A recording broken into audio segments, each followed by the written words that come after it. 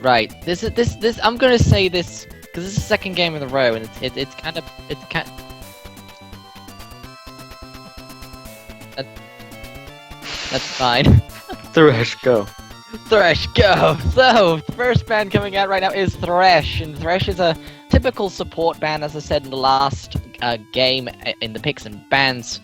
He's quite strong in the fact that he can win a lot of early engagements. He's also been known to be a jungler. Also seeing a Rumble ban right now. He's a strange ban coming from the red team. I guess they don't want to see a Rumble being picked for them, or being picked against them. So, interesting to see that ban. I don't really call him a bannable champion, as although yes, he has a lot of utilizable kit. He's quite strong in what he does, but he can be countered and he can be picked sort of a role that can be shut down quite nastily. So I think it's more of a pick that they just don't want to see themselves against. Twisted Fate also coming down right now. Again, a huge map presence. Him and Shen being the two biggest map presence champions in this game. Probably, arguably, Pantheon being the third. But obviously, Twisted Fate being able to go anywhere that he wants, teleporting straight in and using that card to smack someone around the face. Kale also coming straight into the bans right now. Hi, Strange Mystery. again. Another. Hi. What are you doing? I'm back. I told you I That's cool. ate a couple pieces of chicken. I'm good now. So That's good. It's good. I'll continue with bans. So we see Kale and Shen coming out. I say coming bans as well. Both map presence champs being banned right there. They're not wanting to see a Shen come straight in again. So that's pretty normal to see. And we see finally Cho'Gath being banned.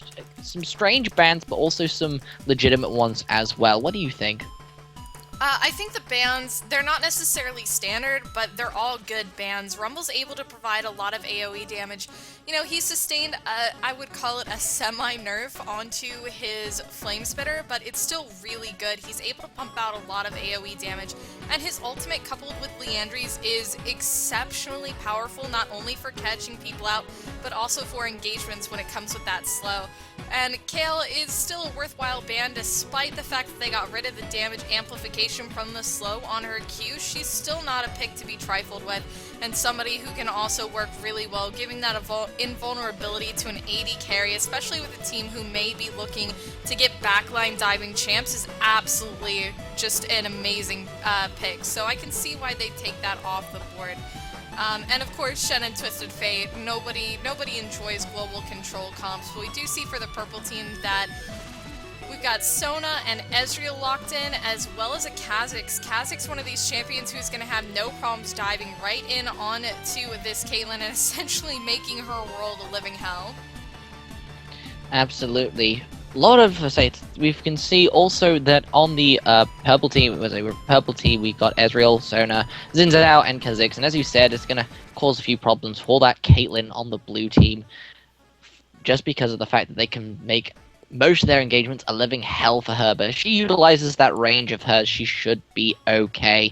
Blue team hovering over a Singed right now, and he's quite a strong AP tank in the fact that he can just go in, flip someone out of the fight if he wants to, or flip someone straight into his team if he catches up to them, which is basically Singed's job. He can sort of zone out one of the enemy teams, throw him out of the engagement, or basically throw him into his own team to pick up a kill. Yeah, now we do see the Ryze pick coming out from mid. I'm going to be honest, I don't really like this Ryze pick with the comp. I think Orianna would have been a bit better suited for it, but I understand why. You essentially see that Vladimir being picked up for a double AP comp going on right now, and a lot of damage is going to be coming out from the two of them. So coming in with that AoE ult from Vladimir to go ahead and have that damage amplification is going to be very important.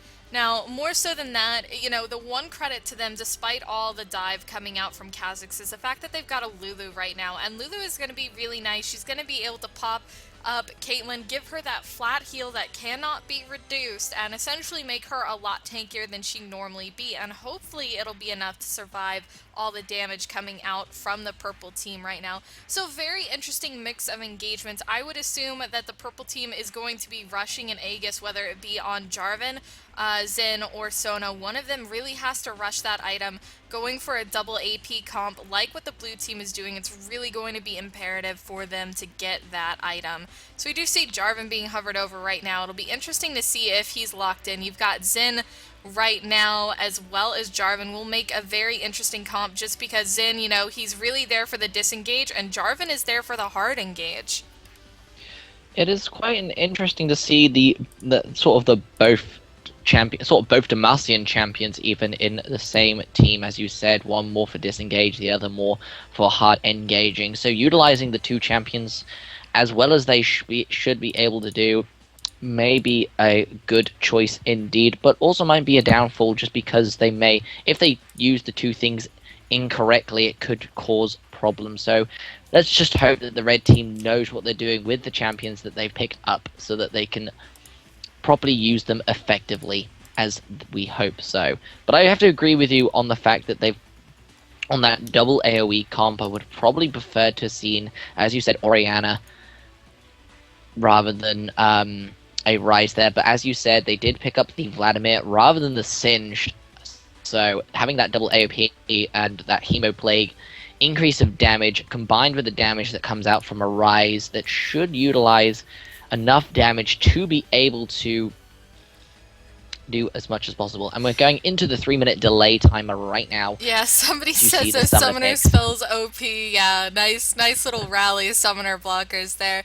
But we are in the delay now. Remember rally, people. Remember rally. Yep, blue team gonna have Caitlyn and Lulu in the bottom lane, Ryze in mid, so jungler it will be Hecarim, and top lane is going to be Vladimir, compared to the purple team who's going to have Sona and Ezreal in the bottom lane, most likely a Kha'Zix middle, and a jungle Xin Zhao followed by a top lane Jarvan. I'm really interested to see who they're going to end up sending mid lane, just because Jarvan or Kha'Zix, neither of which is going to be a bad pick. I actually want to see something on Ryze really quick in his runes and his masteries as well, so we can see the page he's running. He's got a little bit of armor on him.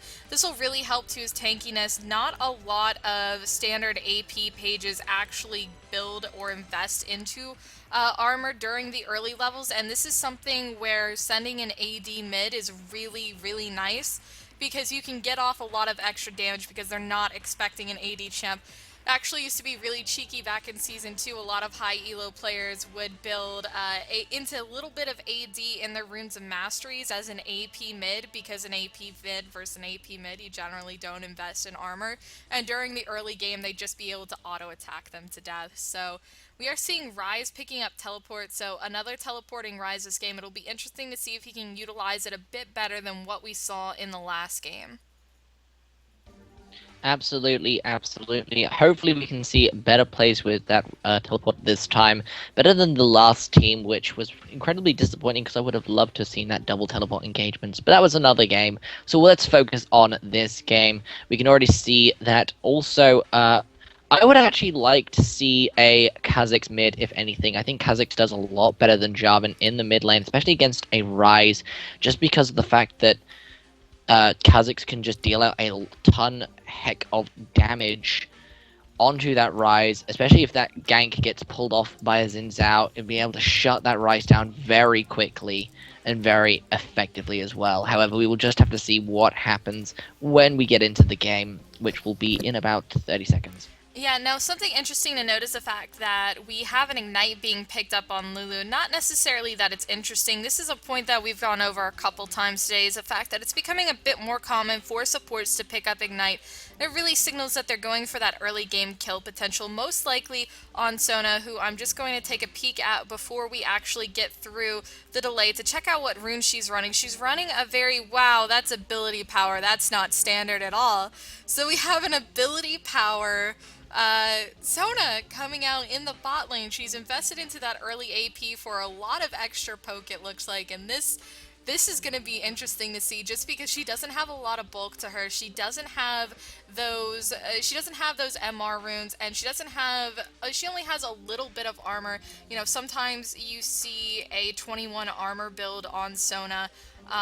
with armor reds and yellows, and then MR blues and GP10 quints, or occasionally health quints or even armor quints. You know, something to make her really bulky in that early game, which I absolutely love to see on Sona. But this is really surprising to go ahead and see that ability power coming out. It'll be interesting to see how that lends to her, and if it's really going to come to bite her in the ass versus a Lulu who is just going to be pumping out a lot of poke. Absolutely, absolutely. So here we are, skin intimidations and banner wars coming straight in there. We already see that Vladimir picking up that legendary skin. Bloodlord Vladimir is going to hurt the intimidation of the purple team quite badly. They've also got Dark Crystal Ryze and the Wicked Lulu in that blue team. However, we can only see one skin coming from the red team with Frosted Ezreal. The rest kind of lacking behind in their skins, as it seems to be. As for banners, we could see Lulu skin NA. I'm sorry, I hate that skin. But more importantly, somebody. kitties. What the hell? Kitties. Oh my god, Mystery, what is wrong with you? But somebody asking what's with all the Lulus today. This is actually a really simple question. Lulu's a really strong support in the current meta right now. The reason that we're seeing her sort of get on this rise to popularity is not anything other than she hasn't been touched or nerfed in a very long time. So we see her being a very strong pick because of the fact that, I mean, her kit hasn't been touched. She's still at a very advantageous position. It's not like a support like Taric or Sona, who had to sustain a lot of recent nerfs. You know, Sona got a nerf to her health, her base stats were messed with. She's just not in a good position that she used to be. She's still a very strong support, but then we saw Taric coming to Ryze because coming to Ryze, same thing. For the same reason that Sona was popular. She just wasn't touched in so long, and now Lulu is kind of fulfilling that role too, on top of the fact that she's just a very versatile support. She's able to play defensively or offensively, and meshes well with pretty much every other team comp that you could possibly imagine. Hard engage, disengage, whether you're going for a poke or a defensive bottom lane, it doesn't matter what you're doing, Lulu can fulfill that role with no problem whatsoever. Indeed. I entirely agree with you on that point. I would like to add as well the fact that we're not seeing many Blitzcrank bans, though we're also not really seeing many Blitzcrank picks, and that's because Blitzcrank he's still very strong, don't get me wrong. He's still one of those champs that's considered you pick him up because he is just because of the kit he has and the fact that he's very strong. But it's more of the fact that Thresh is becoming more of a played support now. He's becoming more of a bigger threat even compared to Blitzcrank. So just because, not because the Thresh has that hook and that grab, but the fact that he has that lantern as well, which he can basically hard disengage another teammate away from a difficult position, and that's considered really good in any sort of team comp. So just because of that, Thresh is banned a lot more compared to Blitzcrank. You know, they say that there are a few champions in the game that they're always going to be either underpowered or overpowered, and Blitzcrank is one of those champions. It'd be incredibly difficult to essentially balance his kit with the way it is now without giving him a complete overhaul. So not really in the best position, but something interesting to note here is that we are going for the lane swap. We've got Lulu and Caitlyn in the top lane and Vladimir in the bot lane, so an interesting initiate by the blue team here. Now, something to be careful of, and something that we talked about a little bit in prior tournaments, is the fact that we've seen people initiate lane swaps and then it goes just absolutely horrible for them. You know, they essentially initiate lane swaps on champions for their top laners who aren't good at 2v1ing. So it'll be interesting to see how this Vladimir plays out, because as of this moment, he's getting zoned out by a Sona, and that tower is going to take a lot of heavy poke from the two of them, so I don't really think that this is the best idea for them. Jarvan might be a little bit better in the 2v1 situation now, and oh my goodness, the pause coming out. I'm so glad I took the time to eat some grilled chicken before we got into here. It seems that the ban has been come up because Jarvan is lagging at the moment. He's going to resolve that issue as quick as possible, hopefully before that 10-minute marker. Otherwise, he's just going to have to deal with it, sonny boy. That That's the words you decided to come out with? Yep. You don't get to say that word. You're not an old man, okay? Like, what are you, I don't 12? I don't care. I'm British. It's if Doesn't you're British, it's okay. it doesn't matter. It doesn't matter. All right. If you're British, it's okay. Oh God, I'm gonna hurt you. Oh man, but as we look at Uh, this game right now, I mean, this lane swap could be really bad for them. You can see Jarvan starting off with Boots and Pots, which alone is something very strange to see, simply because Boots and Pots is not a typical build for any lane right now. So to see that kind of picked up right now is really strange. It will be interesting to see more so how it works in this 2v1 situation. Both Jarvan and Vladimir... I really... Oh. Go ahead. Sorry. I really don't like the fact that Jarvan has picked up the Boots and 4 pots. And I will say 4 pots because, as you can see, he must have some support runes in his build, as he seems to have a little bit extra gold compared to what he normally has. You'll see Hakarim coming for a proper lane push as well. They really want to get this top tower down as quick as possible, and they know that Jarvan really can't do anything about it, as he just does not have the power to do so. You can see Hakarim coming up here, making sure to get that early game push. They really want this early turret, and even if it means taking the jungler out of his jungle to make sure this happens, they're going to do it. And you can see Vladimir, he's so weak in the early game. I don't know why you'd initiate a 2v1 switch on somebody like this. And, ooh, the first blood coming out from Caitlyn, a nice Piltover Peacemaker, plus a Glitter Lance is enough to burst him down. But I don't know why, in any way, shape, or form, you go and initiate a lane switch when you're going to be sending Vladimir in bot lane. Vladimir isn't a champion that really hits his peak till he hits around level 11 to 12. His early game is just so weak. He doesn't have any damage potential, and he's in such a rough spot. So initiating a lane swap here is really rough, because you can see this tower is just going down, and Vladimir is not able to clear the waves quick enough. Though, in the same regard, I think they really pretty much did the lane swap, more so because they wanted the coming top... in for the gank. He's going to try and engage onto the two of them, but he's just going to get bullied out of here with a power cord. And now Vladimir trying to come in for some damage, but a nice W from Sona will keep that Ezreal healthy. I think they more or less went for the lane swap just to get that top tower down as quick as possible, and they've been doing that really well. Vladimir's been... Okay, he's not that great at being a bottom lane for the switch, but as you can already see, the zone has almost already gone down. He's probably only just going to survive. In fact, no, she's not. The pickup from Vladimir there to pick up that kill. We also saw Caitlyn getting that early first blood against the, I believe it was the Jarvan. Under that, or was it the Xin Zhao? I just need to double check. It was the Jarvan, sorry. Good on job, that Mystery. top turret as well. Sorry. It's okay, it's okay. But what we are seeing here more than anything is the fact that this lane swap really paid off, and it really paid off in the flavor. What is wrong with me? Favor. In the favor. Say it with me. Favor. Shut up, Mystery. In the favor of the blue team, not only have they managed to pick up a couple kills from this, including that first blood for Caitlyn, which is going to work out really well for her, they also managed to get that top turret. And I don't know what Vladimir is trying here, but it'll be interesting to see if it works.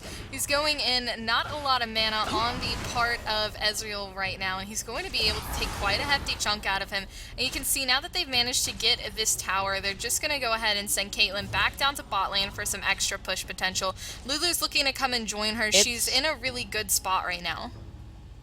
Yes, I entirely agree right now. The blue team very much so in the really strong position right now. We said before that we didn't know that the lane swap was entirely effective enough, but we can already see that it was. It's given Caitlyn pretty much the boost that she needs to be able to start laning against the Ezreal and the Sona.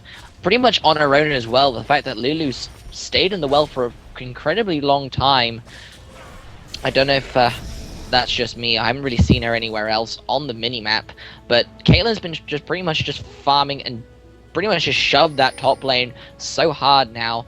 It's pretty put Jarvan out of place in this team now, as he's just so far behind compared to, I think, Vladimir's. Vladimir's already got his Sork shoes compared to the two Jarvan's.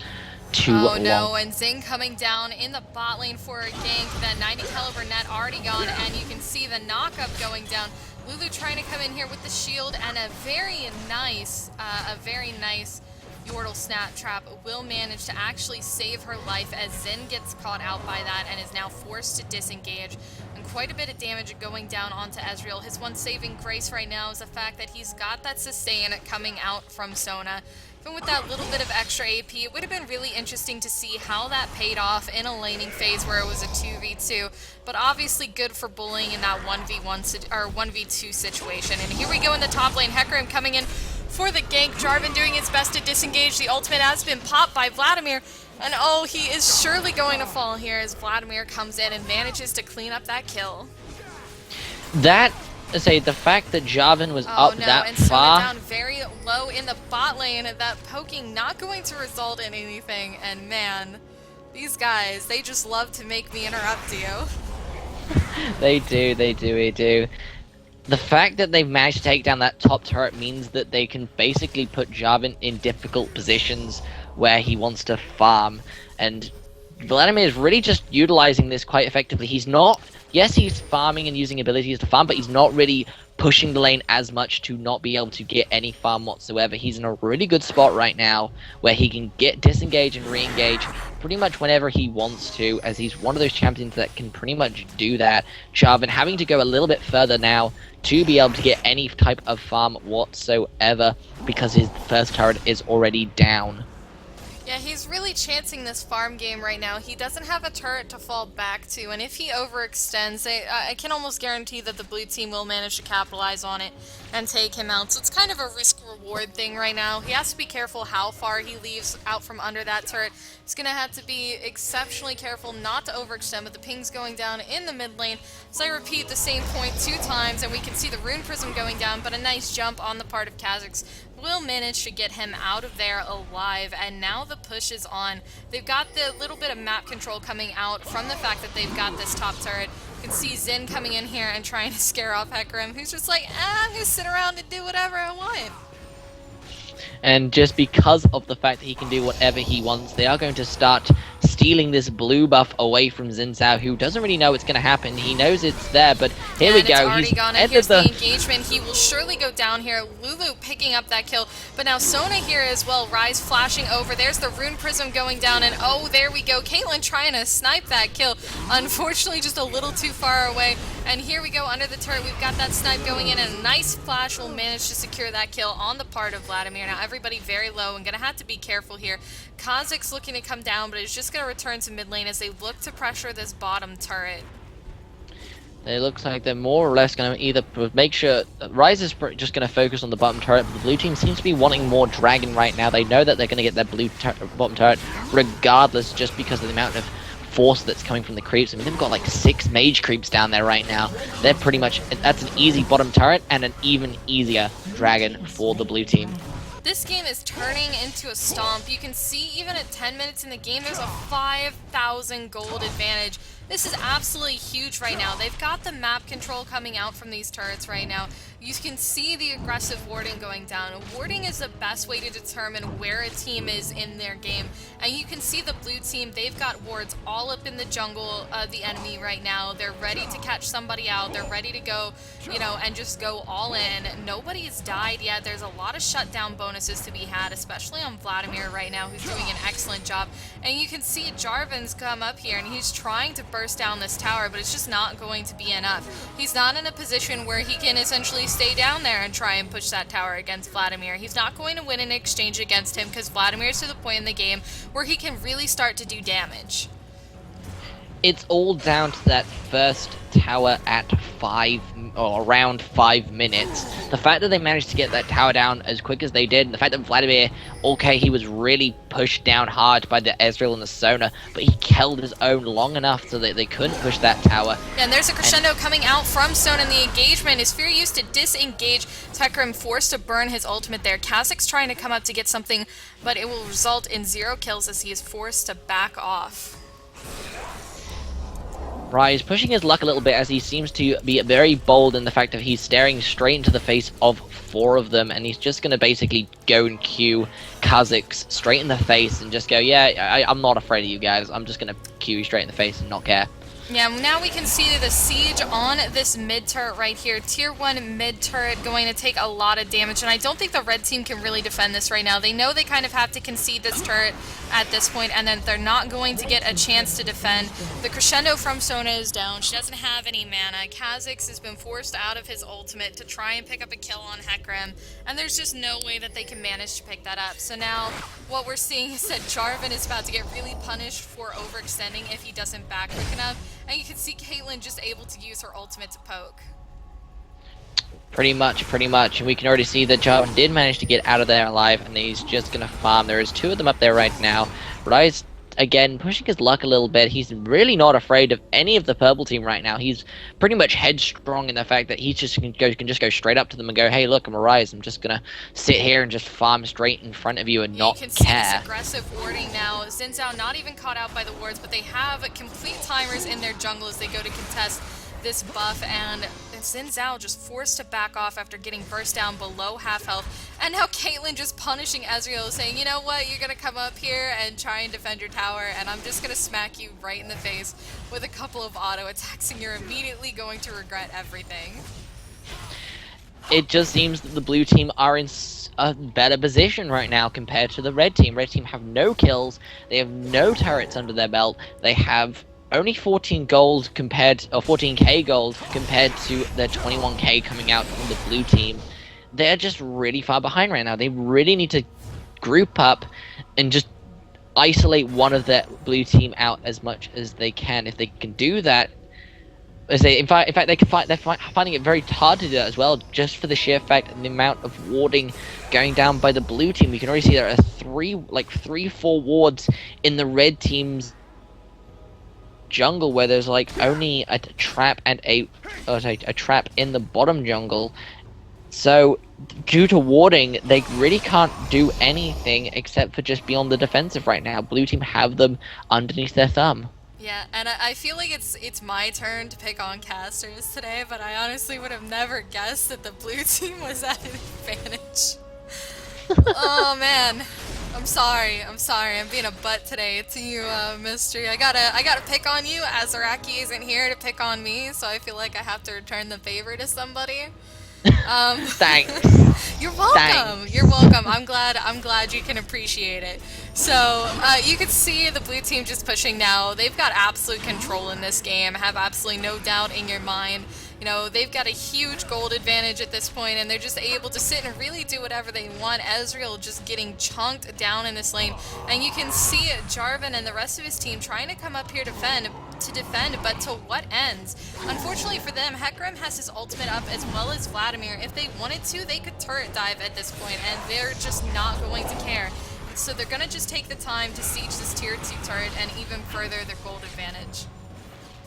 In fact, they don't care so much as the fact that they're even going to be bold enough to just not care about any of the poke that's coming out from the red team, and they're just going to go take this turret pretty much for free, as they're just so far ahead right now so that they can't really be stopped by the red team. I wouldn't be surprised that if in 4 minutes and 15 seconds there will be a 20-minute surrender. And that could very well be. I mean, they're just so far down, and being 6-0 at this point in the game, it's got to be a little bit demoralizing. You can see all of their tier 2 towers getting pushed in, the blue team just rotating back and forth, and oh, this Ezreal getting bursted down, the crescendo going out, but only managing to hit Caitlyn, and now the Cataclysm is down, but the Caitlyn ult going out, and there's the double kill, and now Kha'Zix being forced to back off that. Oh man, that Lulu ultimate going down, and then Ryze picking up the double kill. We'll go ahead and secure a 4-4-0 exchange, even under 2 towers. I do want to just say there was a bit of a wrong decision there by the red team's Jarvan there, going straight into ult onto a counter initiate onto the Kha'Zix. No, sorry, not the Kha'Zix, the Hecarim there. When none of the red team are really ready, and the blue team just backing up that Hecarim really great, just because they could, because they're so far ahead right now, they don't really care what they do. And there's the Ezreal going onto that Caitlyn there. It's going to stop her from backing, but she's not low enough to be killed from that. Oh, that's unfortunate. But we do see that that inhibitor is down. The other lanes are going to start naturally pushing. And once the blue team backs, they're going to take the time to try and take out this tier 2 turret in the top lane. Once they secure this dragon, I mean, that's going to be it. They're just applying lots of base pressure right now. 17 minutes is really early to have super minions spawning. So they're going to be in a world of pain as they not only now have to balance defending their base, but defending Baron as well. They don't have any kills on the board as of yet, and it's really just a lack of focus and maybe a bit of coordination on their part. And it's really, really important that the Sona lands crescendos on the people that matter. Catching out one person in a crescendo on Caitlyn really is just, it means that they're panicking. You know, the moment they went in for that Ezreal and pretty much all in him, she panicked, hit it, while everybody just dove past her. Absolutely, and it's not really a great idea to. You need to remain calm in these situations. If you don't remain calm, you start to panic, and then you start making a few silly mistakes, and that's what we pretty much have been seeing right here. The red team are really scared right now of the blue team. They're really scared of the fact that the blue team is so far ahead of them. None of the blue team have died once. They're all on 0 deaths, whereas there is no kills for the red team at the moment. They're all zeros on the board. Not good at all. They need to be able to find a good engagement, but it's really difficult for them as they are just found out all the time. Yeah, and now we can see the blue team grouping up, and Jarvan is going to be caught out. That crescendo going down, and that ultimate coming out from Lulu onto Hecarim, and Caitlyn managing to snipe that poor Ezreal with an ultimate. You can see just how much damage is coming out from Hecarim. They managed to just casually auto-attack that poor Sona to death, and that will be an ace in the favor of the blue team. They're just going to take this time to end the game right now, and unfortunately some bad sportsmanship coming out from Kha'Zix. Shame on you. Take it on the chin like a big boy and suck it up.